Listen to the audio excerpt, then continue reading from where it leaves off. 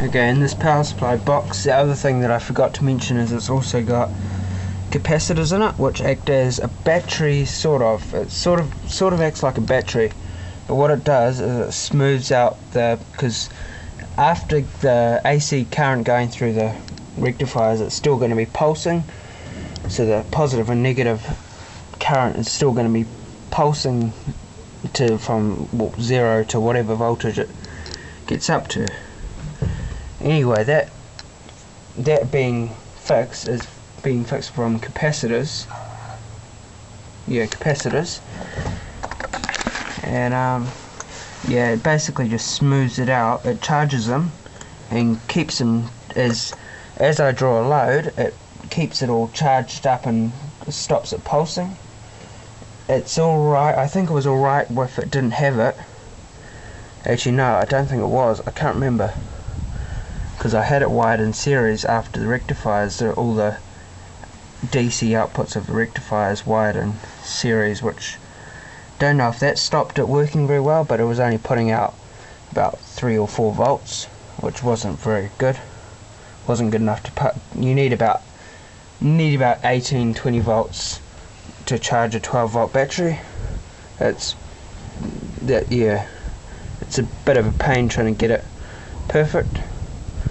But yeah, I had the unrewired motor on it, and this, as you can see, this gauge here might come a bit clearer, I'm not sure.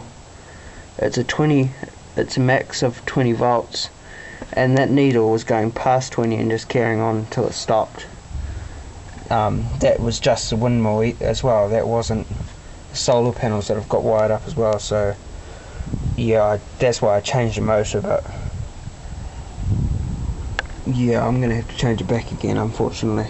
I'm not sure if the high voltage, if it was putting out 30 volts, would damage the motor, the battery, sorry, I'm not sure. If you want to leave a comment about this, I'm quite happy for you to do that. Okay, we'll move on to this. Okay, as you probably, if you've seen, you should view my first video first, so you know what I have changed around. If you see you can see something on the roof, a little solar panel, a little rectangle one.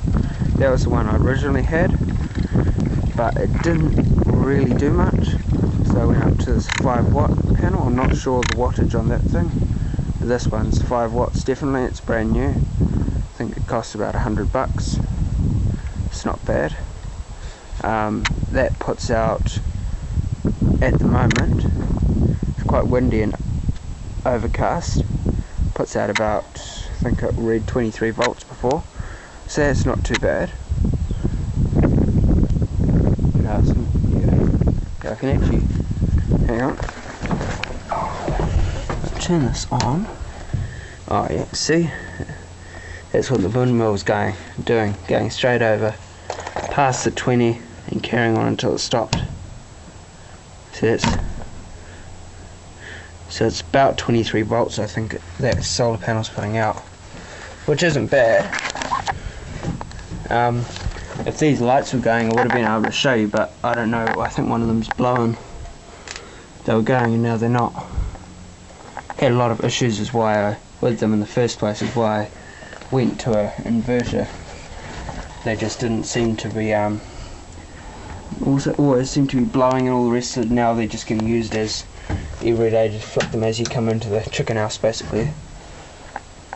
But yeah, the other thing I wanted to mention is that with this inverter, is I didn't want to, because of the proper connection, I hadn't actually realised when I brought it that I thought the cord would have been already plugged, like wired straight into the inside of it, which it wasn't. So I ended up getting one of these little cigarette lighter plugs, if you can see that. This is the inverter plug that plugs into it, because this would normally plug into your car. So I needed one of these, because I asked them when I brought it if it would void the warranty if I chopped because I had a lead with this. It said it came with a lead with a cigarette lighter plug on it, or else battery clips, which, as you heard before, I thought the plug went straight into the inverter itself. If I had known it just screws onto this on the back, it wouldn't have been that bad. I wouldn't have got this. But yeah, I asked them if it voids the warranty if I chop the battery clip all this off and just wire it straight to the battery, which it would have. So as you can imagine, I just couldn't be bothered with paying $100 out and losing it if I plugged it in and it fried it. So I yeah, just got one of these. I think it was actually pretty expensive, to be honest, for what it is. I think it cost me about $20. Just has two little, you can't really see that, two normal little plugs on the back. You plug straight into it.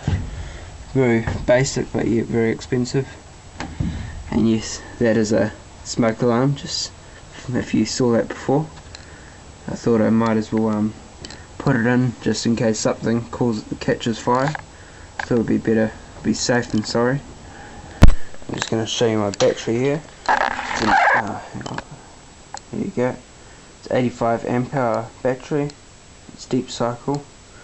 It's a true deep cycle because it hasn't got any cranking information on it, which is some deep cycles you can say deep cycle for like trucks and stuff like that, but it still is a cranking battery, so it's not a true deep cycle. As you can see, I'm charging at the moment.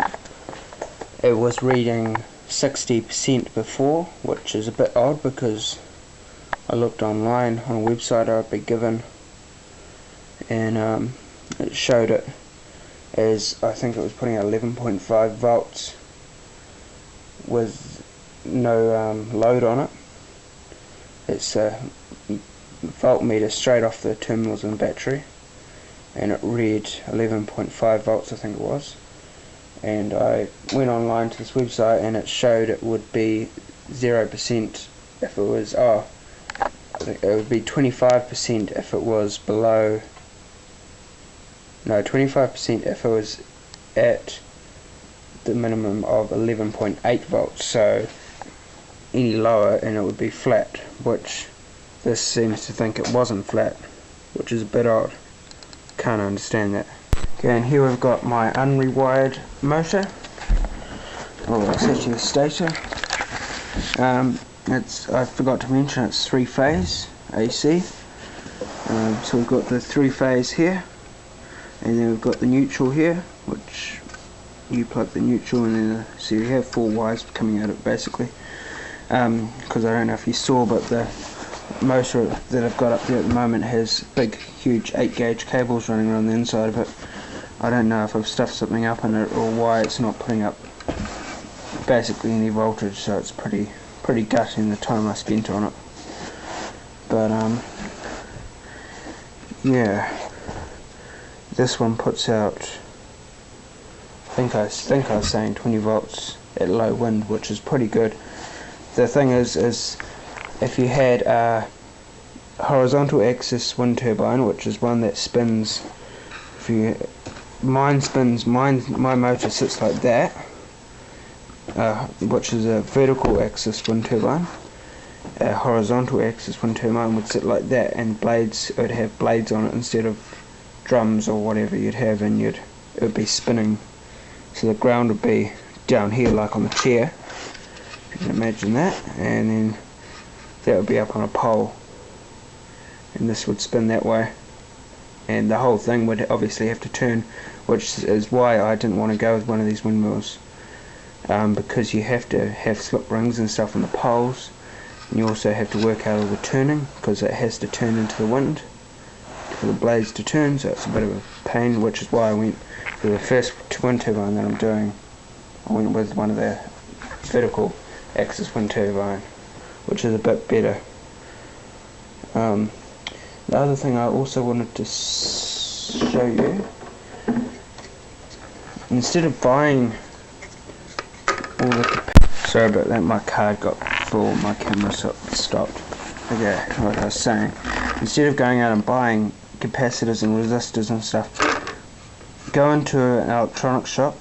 My favourite that I go to is JCar, which is also, it's a computer shop which is a retailer of JCar. Just so all you overseas people know, this is actually in New Zealand. But you can pretty much, you can go on their website and buy stuff off their website, I think, I'm not sure, pretty sure you can, and you can see their full list of components and stuff. That they've heaps. I think they're one of the biggest in New Zealand now that sell components.